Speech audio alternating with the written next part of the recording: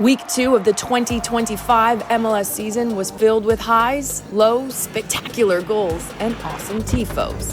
Now comes Matchday 3, where once again there's plenty on the line. A Messi-less Miami brought the heat against Houston, but now get a tough test. Wilfried, Zaha, and Charlotte FC a side ready to prove that they are MLS Cup contenders. Will the GOAT be back in the lineup? Meanwhile, on the other coast, the champions are in a slump. 2 losses in 2 matches sees the LA Galaxy desperate for a win against a tough St. Louis defense. And finally, a fierce rivalry continues as undefeated LAFC travel to take on the Seattle Sounders, a team still searching for their first win of the season. We go in-depth on matchups and so much more. Welcome to This is MLS.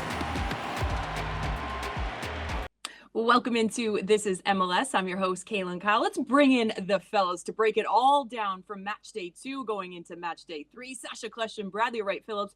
And for the first time ever this season, Kaylin Carr, thank you so much for joining us. Now, I have to throw it out there.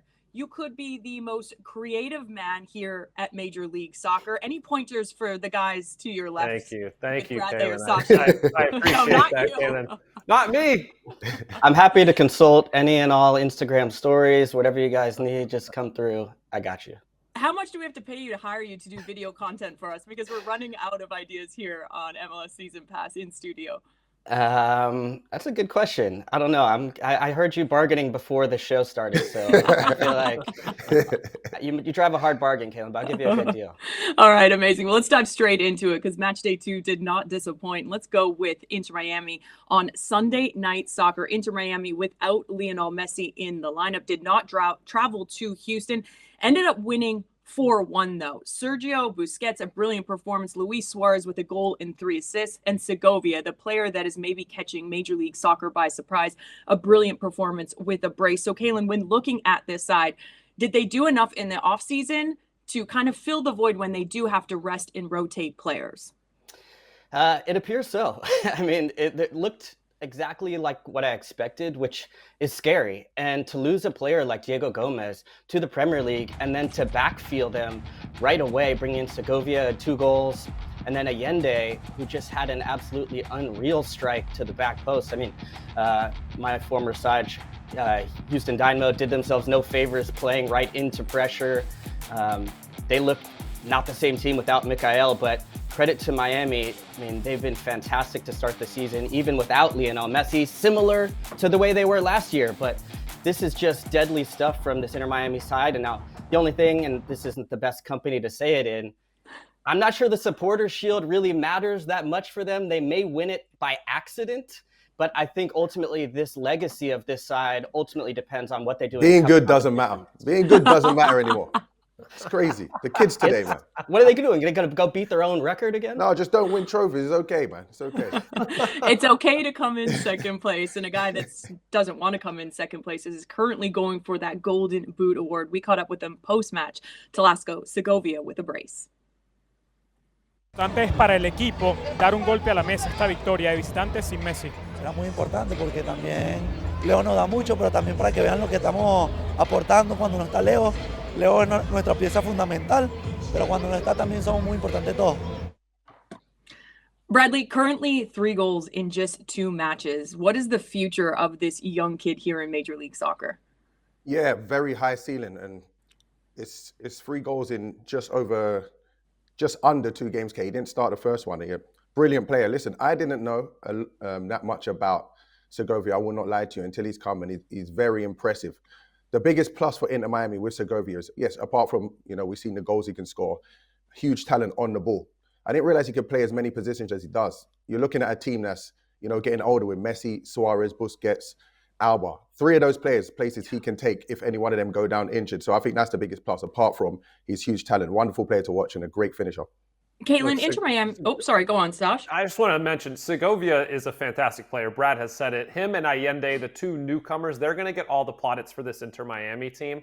But I think this team might be better than they were last season, and it's going to be because of all the young players that have now progressed a further year along. I'm talking about Noah Allen, Ian Frey, Benha Kramaski, Yannick Bright. All these guys are 1 year better. That just adds to the depth of this team. They have a lot of stars in Inter Miami, but the depth pieces are what carried the team last year when Messi and Suarez were out. They're going to have to do it again this year. Speaking of Ian Frey, he will miss this next match coming up this weekend due to the red card he picked up. Now, speaking of the next game in match day 3, you look at who they're facing. Yes, they were tested maybe in the first game. They picked up the red card, ended up grinding out the result. A brilliant second performance, but they are going up against Charlotte in this game. And Charlotte, we know under Dean Smith, defensively very difficult to break down. Now they have Wilfried Zaha getting his goal in his debut. Kaylin, heading into this one, is it going to be a huge test for Inter Miami, or should they be able to break down this Charlotte FC side? Yeah, I think this will be their toughest test of the season so far. And the Charlotte team with something to prove. And I think Zaha coming in changes them. I remember seeing them last season, of course, and we knew defensively they were strong with Kalina, Reem, Malanda, who shut down this one of the most expensive attacks in MLS history in Atlanta United. And then they lacked this one piece, that finishing touch in the playoffs. When they went against Orlando in the best of 3, they were held scoreless in the first 2 matches. So it wasn't necessarily pretty goals from Zaha, but he was in the right spots. He draws attention in the first one. The second one, he doesn't try to smash it, puts it on frame.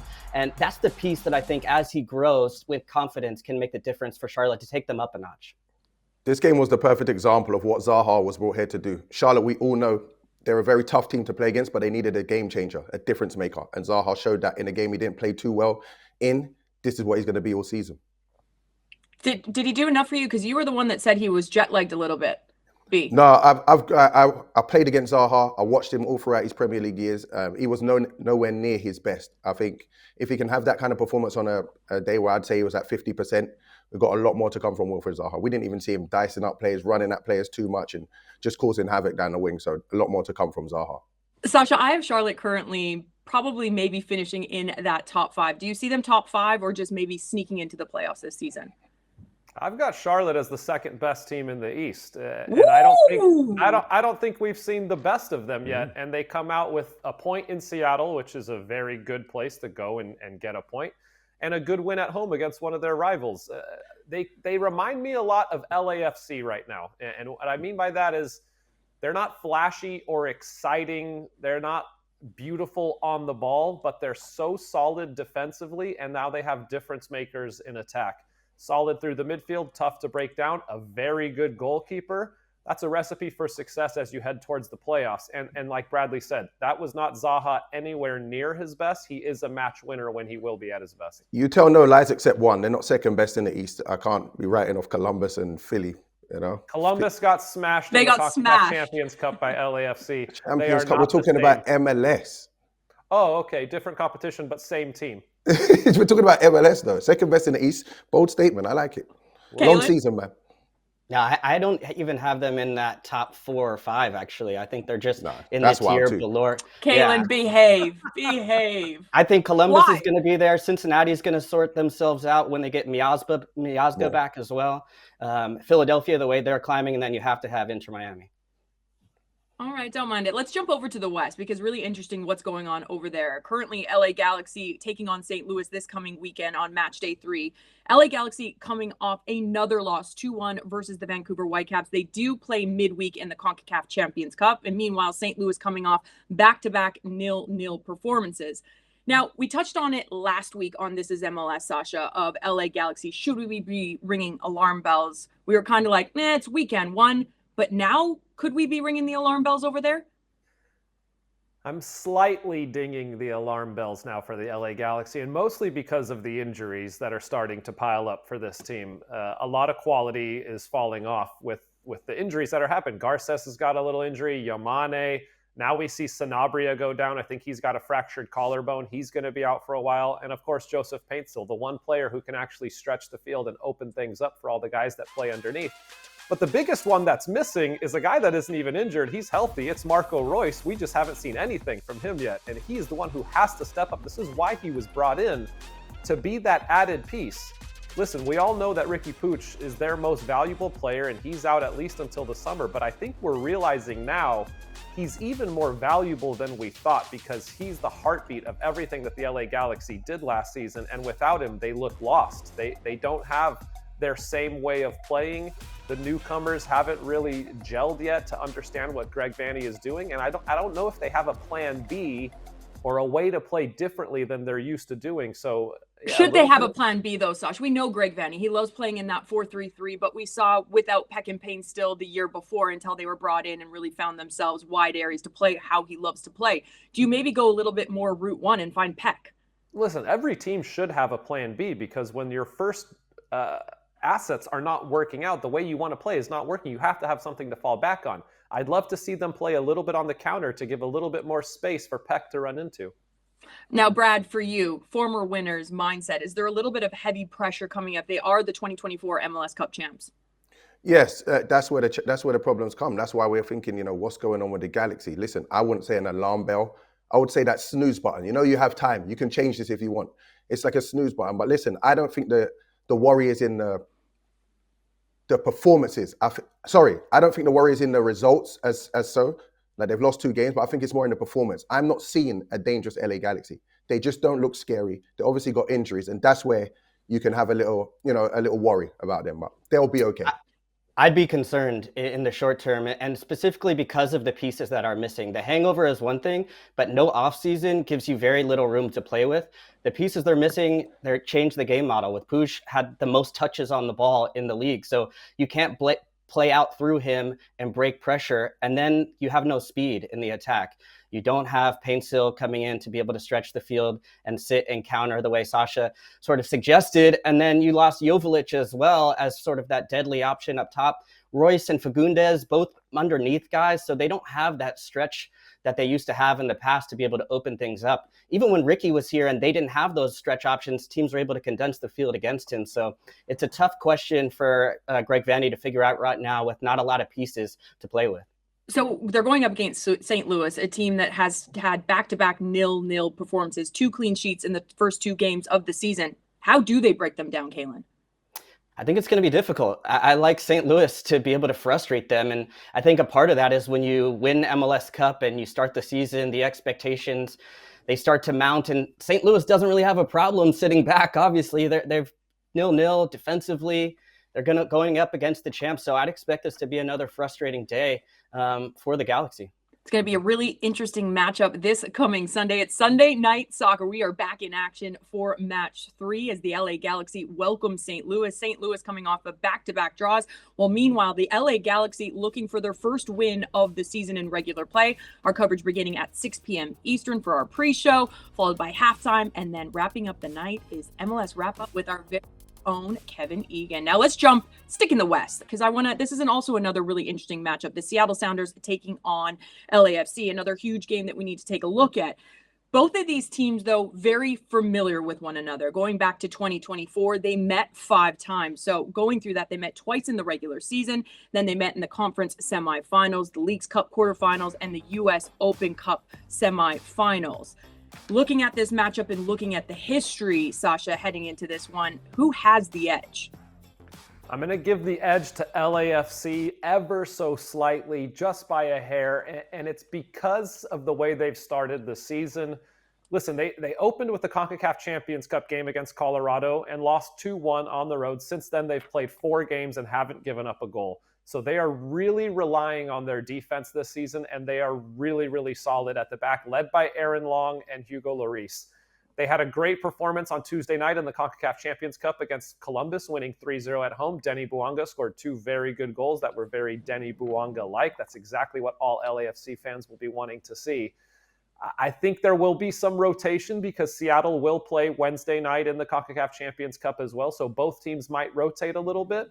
But I do give the slightest of edges to LAFC in this one. Well, let's stick to the number 9 conversation, because week in and week out, we are always discussing this. Is it Olivier Giroud? Is it Jeremy Ebobisse? Jeremy Ebobisse got the start last night in the CONCACAF Champions Cup on Tuesday. Olivier Giroud may be potentially getting the start here this weekend. B, are you still sticking with Jeremy Ebobisse as their starter for LAFC?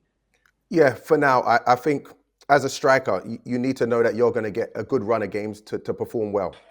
Ebobisse scores the game-winning goal in the opening of the season. What I like to do with these kind of conversations, though, is if both of these 2 players are not scoring, who do I want on my team? And at the moment, it'll be Ebobisse, because just his all-round play in general helps LAFC a lot more than Giroud has shown us since he's been here. But for now, yes, surely he keeps that spot. Sash, speaking of help, before I jump to you, Kaylin, you said the midfield. Maybe they need to almost change how they're playing because there's not someone that is connecting with that number 9 and giving them enough help. Do you want to break that down a little bit more? Yeah, I want to see a slight tweak from LAFC because whether it's a Bobise or Giroud that's playing up front, there's never a midfielder close enough to him to connect with. It's like he's on an island. And LAFC relies so heavily on their wingers to make things happen, which when it's good, it's good. Like against Columbus and Buanga down that left side, it was good. But when he's getting marked out of a game or other teams are limiting space, I need to see Delgado or Tillman be a little bit closer as that connector, almost like, I know they don't play with a number 10, but one of the 8s in different moments can slide in behind that midfield line to be closer to the striker to connect with. I think that's going to help LAFC a lot. Kaylin, Sash, I think that's the fan in you, though. You're like me. I watch LAFC, and no, you're left wanting when you watch LAFC. You're like, how can you have these players on the pitch and it doesn't look as good as it should? But the fact of the matter is, Cherundolo doesn't. I don't think he cares about that. I don't think even if he gets a great number 10. Listen, he had Atuesta in that midfield, who's a great passer. I played with Edward. He can find and pick out forward passes like no one else in this league. But you don't see the true strengths of him because, truthfully, they just want to sit back and play on the counter-attack. And when they've done that this season, they've won games. They're unbeaten. So I don't think we're ever going to see that if Cherundolo's in charge. And that was before Buanga took off. Those first 2 matches were 1-0, Abobasi, and then Ryan Hollinghead. But then you just wait your time. Why would you be impatient if you're Cherundolo? Allow your players to then get into time and space, and Buanga went crazy. But I think the question on the other side for Seattle is, that was their recipe, was to play ugly, to play defensive. It doesn't matter exactly what it looks like against LAFC. Get it done. That's how they won in the playoffs last season. The one mistake that came from Chanot with the own goal let them back in the game. But the problem for Seattle is now they're the ones shooting themselves in the foot to start the season. Nuhu has made a huge mistake. A player of his experience should never make that mistake. Trust your goalkeeper and Stephen Fry to command his box, to come off his line. And that's where I start to think on the weekend, this shades towards LAFC because midweek at least, and we haven't seen the result from Seattle in the CONCACAF Champions Cup.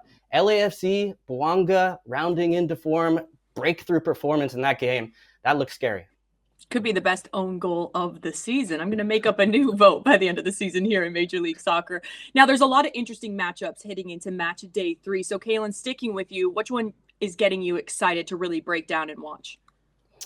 Well, I'm on Orlando against New York City, so I'm excited for that one. But I have to say, keeping an eye elsewhere in the East, I want to see some goals. And Philly going on the road to New England looks scary, and not for Philly, for New England. New England have played in tight games. They were the lowest scoring team in MLS last season, have started off the season with 2 goose eggs against Nashville on the road, but then against the Columbus side that's playing in CONCACAF Champions Cup. But the way Baribo is scoring goals, 5 on the season, Bradley Wright Phillips, Chris Wondolowski comparisons. I mean, this team right now is absolutely flying, so I'm keeping an eye on this one. Brad, who do you got? I'm looking at the San Jose, Minnesota. I just think for me, that's 2 attacks. I'm very biased. When it comes to football, I only see mostly the attacking side. And when I'm looking at the 2 attacks, especially the San Jose one, it's new, it's exciting. They've already had 6 different goal scorers. And then you're throwing that against Aloha Sheehy and Yoboa. I just think for the fan, that's going to be a great one to watch.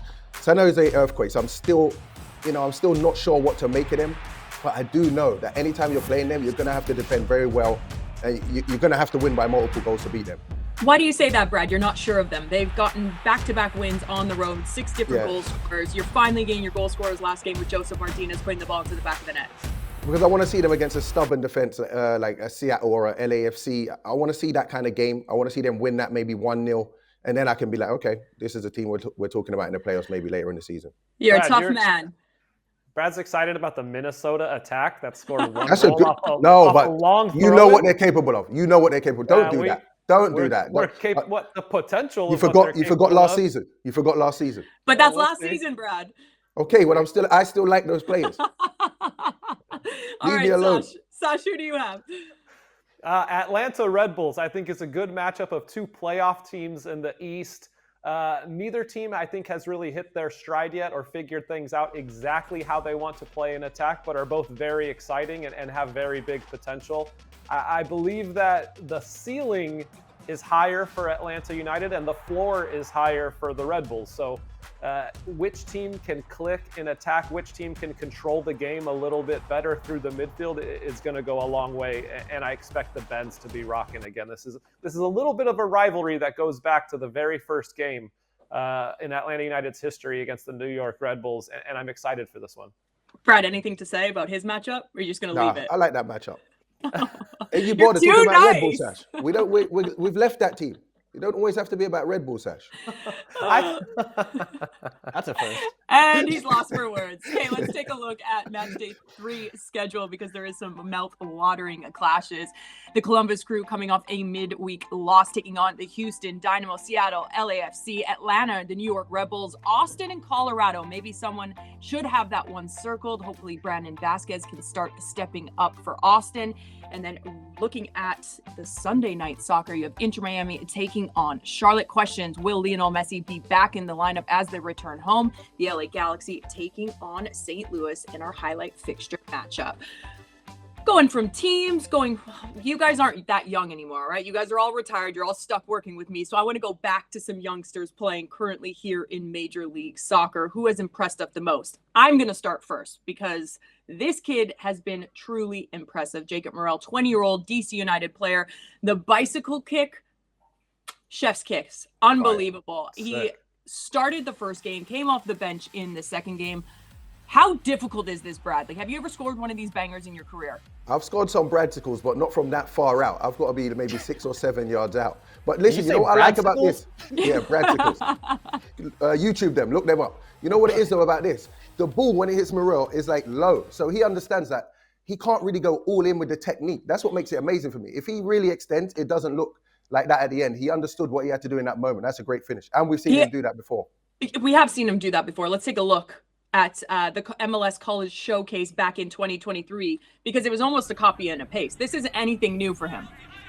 Yeah, but it's one thing to do it in the college game and another to do it in added time to win the game. And so I remember my rookie season, I threw a bike in an MLS match. And I didn't even make contact. And, Oh, no. and I got so much stick for it in the locker room that I never tried one again. So stick with it, Merle. Keep going, man. And yeah, I'm not trying that. Sasha, who do you got? Listen, I think the biggest star youngster so far this season has been Telasco Segovia, but we've talked about him already. So I want to talk about Quinn Sullivan. Because Ty Baribo is getting all the love in Philly. We talk about Ua, we talk about Gazdag, but Quinn Sullivan is the fourth head to the monster in Philadelphia, and he might be the most important one for all the work he does on and off the ball. The amount of running he does, winning duels, and setting up plays in the final third. I think he has 3 assists on the season already, and we've also seen how good of a finisher he is, so I think he'll start chipping in with goals soon too. Just a really, really good player, physically a beast, and also just underrated because when you look at Philly, I think he's one of their most important guys on the pitch. Yeah, he's been unbelievable for the Philadelphia Union. Now, Kaylin, over to you. I'm going to take Alex Freeman from Orlando City, the homegrown 20-year-old right back, but he doesn't look like one. He's 6'3", bombs forward. This is a great goal. The presence of mind to cut that right across the defender and pick it out for his first in MLS. I've been hearing a buzz about him in Next Pro for a while now, but boy, did he take his chance. And he's got an interesting story too with his father. Played in the NFL, a wide receiver, Brad. That's the quarterback throws it to them. It's what's like basketball? We're talking about basketball. This was a version of like a Hail Mary, but amazing. I think he's got a lot of talent, and I'm excited to see him continue to progress. Brad, what about you? Who's got your touchdown for this week? Speaking of right backs first, I thought Matt Edwards, second half he let himself down, but in the first half I was very impressed. I'm going to keep my eye out for Matt Edwards. He looks like a great 1v1 defender. But for me, it's Jason Russell-Rowe. Yeah. I think he had some big boots to fill, and so far he's done it. Jason Russell-Rowe, he's given us examples of him scoring goals down the years. So 2023, I think he come in, he got 4 starts, maybe 4 goals, and he's just gone on from there. And I think now he's got 2 in 2. He's a player that can do everything a 9 should be doing, holding up the ball. You guys know I love that. I think that's a big part of the game that's almost, lost with the young players. But he holds up the ball well, understands his role, and he's had a great start to the season. Does anyone else think that he is not young? We talk about him so much. Like, I feel like he's like 28, 29. He's been unbelievable for the club. And he looks old. No, I never Jason, said Taylor that. said you looked I never old. said that. I never said that. I said he plays like an older. He's very smart, okay? Brad, don't throw me under the bus here, okay? The 2025 MLS Next Pro season kicks off this weekend, and you can see all the stars of today and tomorrow on MLS Season Pass. Who will be the next Patrick Schulte or Benjamin Kromaski? Tune in and find out and keep up with all the action this season by following at MLS Next Pro on Instagram and X. Now, MLS Next Pro graduates, Jason Russell-Rowe, Ricketts, we have so many unbelievable players, goal scorers already here in 2025. We have plenty of questions and concerns heading into match day 3. So let's talk about some of them. Now, San Diego, an incredible opening debut of their inaugural season, getting a 2-0 win over the LA Galaxy. They then brought it home, ended up drawing that game, and Chucky Lozano out with an injury. Huge loss for the club. The first designated player to get signed there will now miss due to injury. So Bradley, what can we expect after week 1 and week 2 from San Diego, considering now they don't have Chucky Lozano in that lineup? Without being disrespectful to Chucky, I'm not sure he's had the greatest impact. Listen, I feel bad that he's done his hamstring. He's going to be out for a while, but I think in terms of style of play, we're not going to see much change. I think it's a team that's aesthetically good on the eye. The one thing I know Chucky for being is possessing a little bit of pace. I didn't see him use that much. So in terms of how they play, I don't think much will change. It's just sad for a player that we're excited to see and is just come to the league, get injured so soon. But for me, I don't think it changes much. Yeah, and the expectations are sky high for Chucky. I think I was watching you guys on the show a couple weeks ago, and it was I think the conversation was around Carlos Vela 2.0. And so I think this derails his sort of trajectory as far as coming into the group. And, a hamstring, as you mentioned, with his pace, that's a tricky one because you have to allow that time to heal. That's a big part of his game. But I like the fact that Mikey Veras has continued to play an aesthetically good style of football. He wants to play with the ball. So I expect them not to change too much. But early on, you have the sort of highs of the opening weekend. And then, I thought it was a really exciting atmosphere. Of course, I had some friends at the match who were saying it was unbelievable. But at the same time, this is sort of the early season woes that you go through as an expansion side, but it's tough to do it without your designated player. Speaking of early season, but no woes, the Vancouver Whitecaps, a team that maybe a lot of us, me and Brad, I'm excluding us from this conversation because we love the Vancouver Whitecaps, didn't give them enough credit heading in. They now have beaten Portland. They now beat LA Galaxy. What do we think now, Kalen? I think I'm joining your squad, guys. I feel like you're convincing me. And the thing that I also liked about this team is the personality. And last year, I remember you think of personality with Vancouver, and it was all around Sartini, getting red cards or, press conferences, getting after the referees. But now without him, it feels like the team has really stepped up on the pitch and taken ownership. And the best teams I've played on, I know you guys feel the same, are the ones where the dressing room, the players control the culture of the team. And it was always Brian White. It was always Ryan Gauld. That's still there, but they've added a couple pieces. Jaden Nelson is a problem in transition, just absolutely flying by guys. And then Pedro Vite has added that final product to the side. So they went down to Portland, where they finished last season, 5-0 win on the road in the playoffs, and they ran it up on them 4-1. Then going against the Galaxy, the little moments with Brian White pushing on Cerrillo. So I'm really liking the personality of this side, and I think I'm riding with them. You mentioned the attacking part of that side, which I love. I think they're very underrated.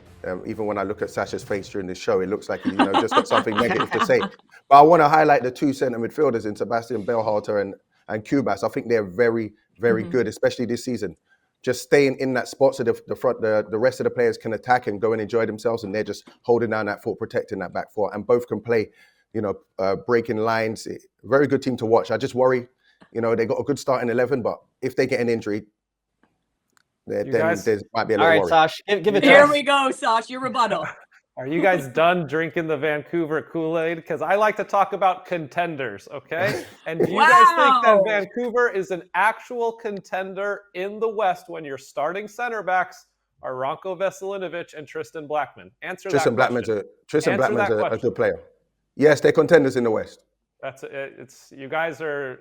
How can you shake your head at my opinion? Why are you shaking your head at my opinion? Because every team You ask me a question, I answer it, and then you get mad at me. Every team that's a legit contender has 2 good center backs. They don't have 1 good center back, okay? They don't have 1 good center back that is Tristan enough Blackman's to a good be center back. So where do you have be a them, Sash? contender.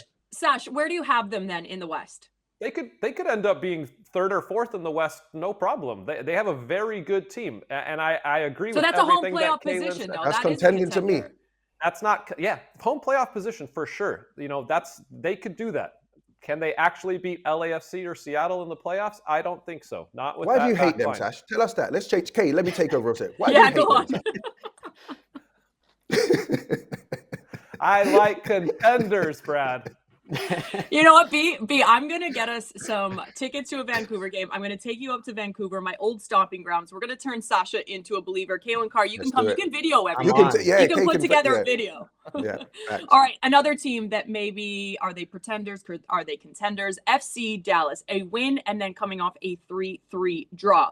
Will they make a run, Sash? Y'all ready for some more hate right now or what? Nah, I got to be don't honest. switch. FC Dallas has surprised me at the beginning of the season. I still have questions about their back line. They definitely could be a playoff team, just because of Musa and Lucho Acosta. That partnership is looking good. Musa's passing to start the season has been fantastic, and he put the ball in the back of the net this past weekend against Colorado as well. But can they build on the back line? Can they start to get clean sheets? Because if they keep leaking goals, they're definitely not going to be contenders in the West. He is choosing violence this morning, I can't gentlemen. disagree with him on that one. I feel like with Dallas, Yeah. with Dallas, I feel like the wheels are starting to turn. Seeing the performance of those front 2, the wheels are starting to turn. Musa's looking pretty good to me. I don't know what you two are talking about. He looks like a new Musa in the league with Lucho Acosta playing underneath him. Let's jump over to FC Cincinnati. Evander Denke, they're coming off a 1-1 performance against Tigres in the CONCACAF Champions Cup midweek. What do we take from their 4-1 loss, though, to the Philadelphia Union? Not too much from my perspective. And I think this is a case of people getting caught up a little bit too much early in the season with one result one way or another. And this match wasn't how I expected it to go. I expected it to be tight. The defensive structure for Cincinnati, I thought, was going to be able to hold off Ty Baribo and company. Definitely did not expect a hat trick, but they don't have Matt Miazga right now. Teenage Hadebi, as far as center back play, Sash has not been at his best. And so I think eventually this team is going to sort itself out. In the attack, Kevin Denke is the real deal. He's going to be there. He's going to be in the attack. Evander, no doubt about it. He's just beginning to fit into this group and continuing to find moments of magic already, even when he doesn't quite have necessarily a great feel for the system and setup yet. So I'm not getting, I'm pumping the brakes a little bit on this idea that Cincinnati aren't in the top 4 and we're just going to rush everybody up like Charlotte and put them up there. I think this is just CONCACAF Champions Cup, a lot of changes, but I think ultimately this team's going to be right up near the top of the Eastern Conference. Well, that does it for us this week for This Is MLS. For myself, Kaylin Carr, thank you for joining us this week. Bradley Wright-Phillips and Sasha Kleshin. We will see you guys all this Saturday and Sunday. We got the countdown kicking off on Saturday, and then Sunday night soccer with the pregame coverage kicking off at 6 p.m. Eastern, followed by the halftime, and then wrapping us up on the night. Actually, filling in for Kevin Egan this week is Max Bretto. So maybe some initiation we'll do on MLS 360, gentlemen. I think it could be a good show. We're going to be filming This Is MLS in Vancouver next week, so we'll see you all there. I'm coming back.